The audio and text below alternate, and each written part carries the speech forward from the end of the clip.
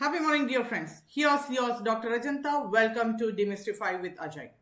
Dear friends, today we are going to discuss another interesting possibilities that the Pandas library gives us is to consider the world of the web as a direct source of data.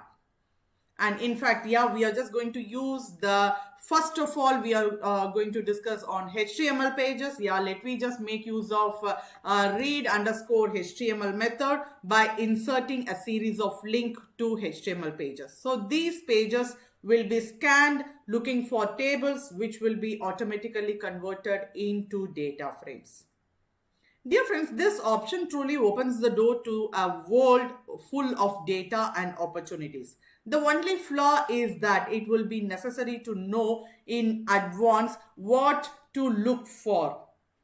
We then define a link of page to be scanned, such as, here I have just specified the Wikipedia page of Rome, the capital of Italy. On this page, we are particularly interested in the table containing the climatic data.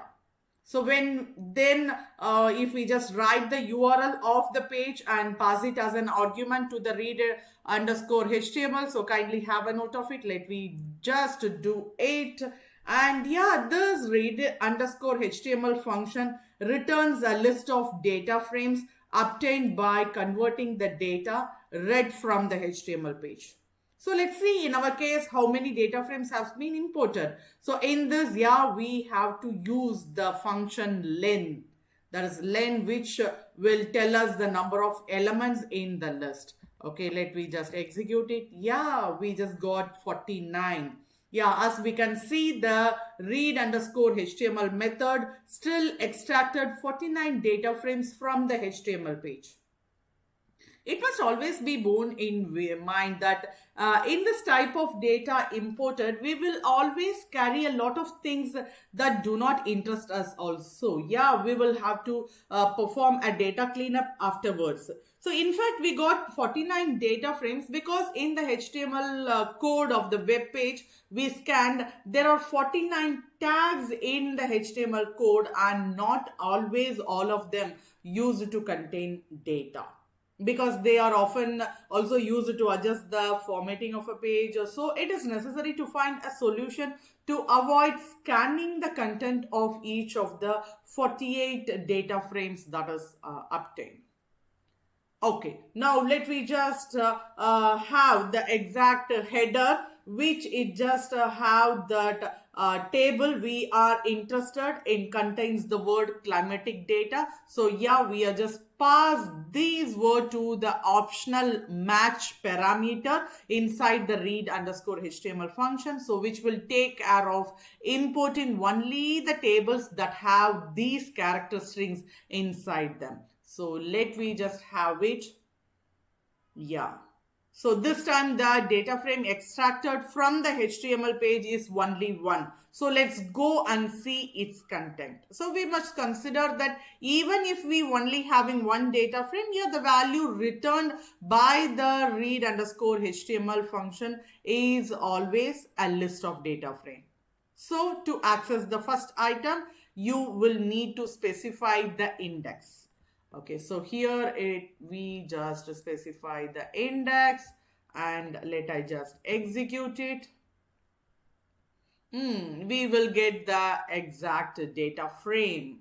And as we can see from the result, we have extracted the data on the table of exactly which we are interested. So we can then extract the data frame from the list and start working on it for our analysis.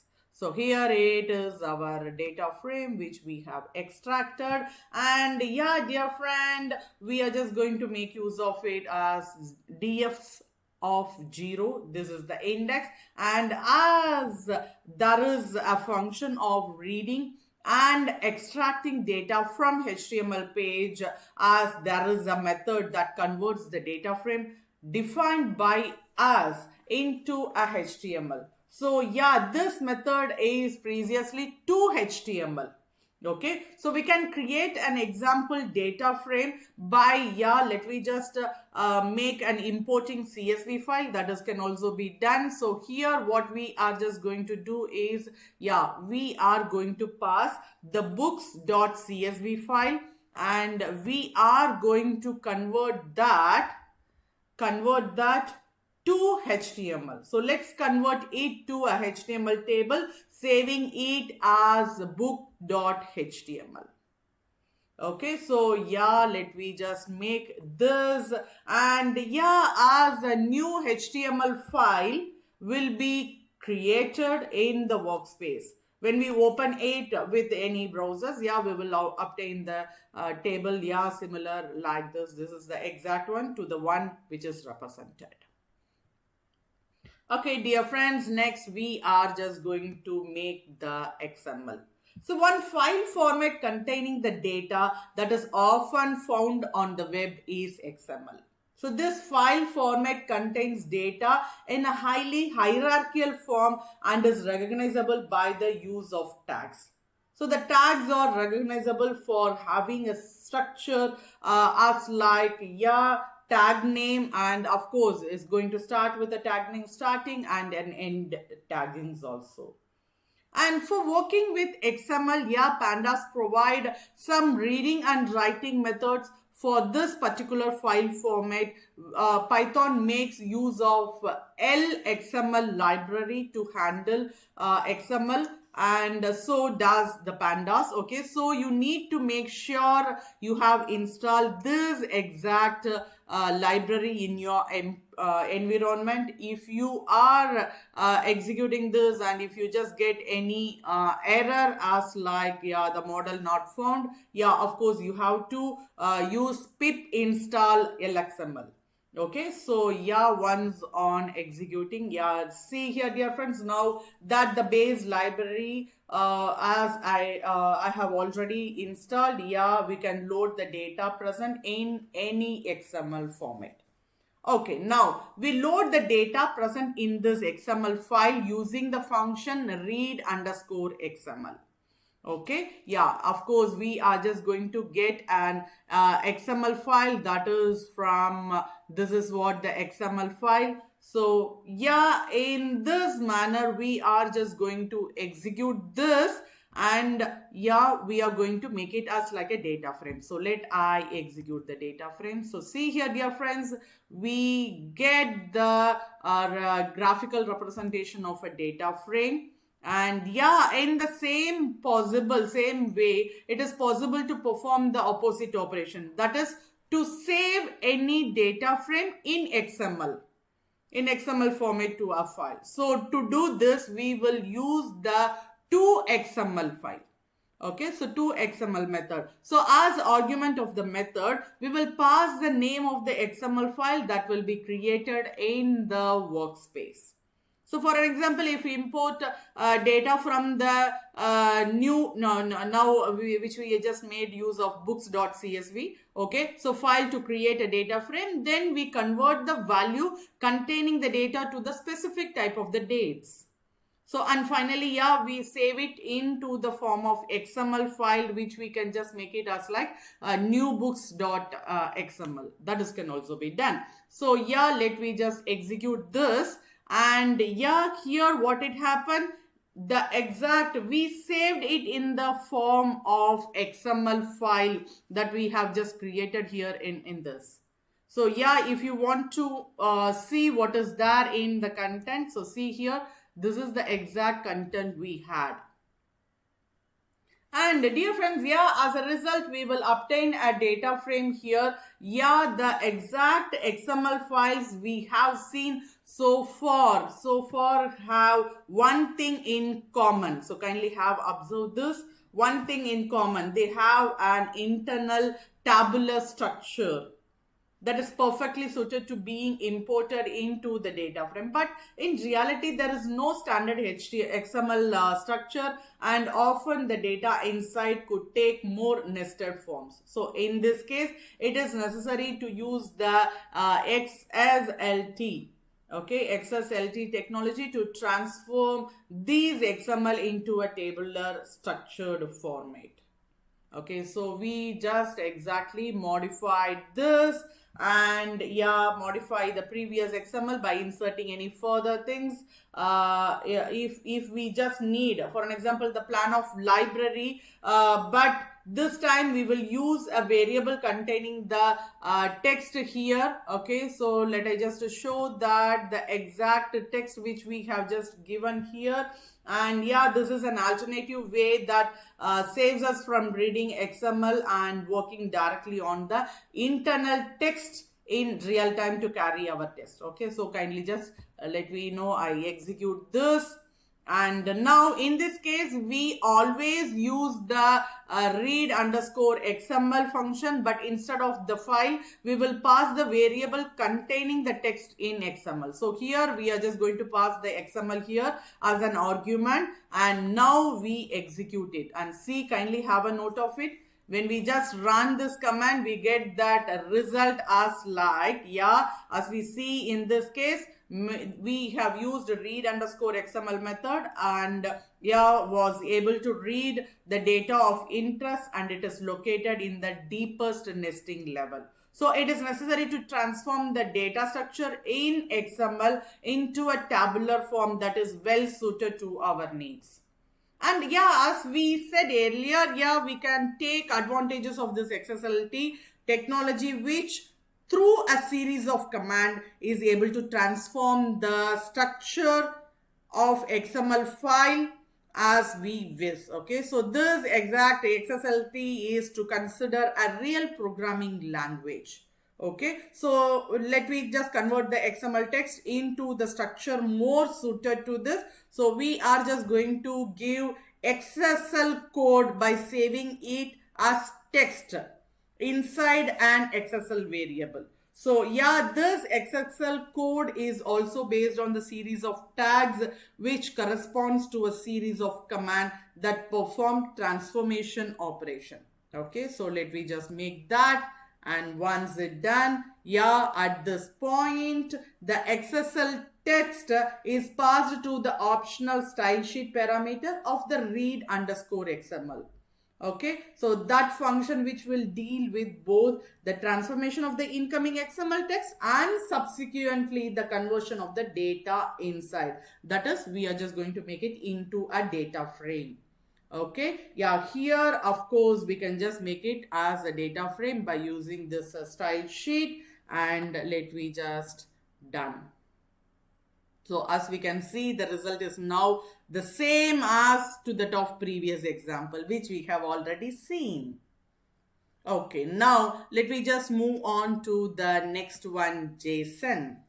So another file format widely used for exchanging data, especially in the web world, is JavaScript object notation, shortly specified as JSON. So this format has proved so flexible that today it is practically the most used format for exchanging data via HTTP between browser and other applications. Okay, in Pandas to work with the data in the JSON format, it is necessary to have the f-spec. I just specify here for your convenience. I just specify it in the command box. If you are not able to work with it, yeah, kindly just install by using pip install fsspec.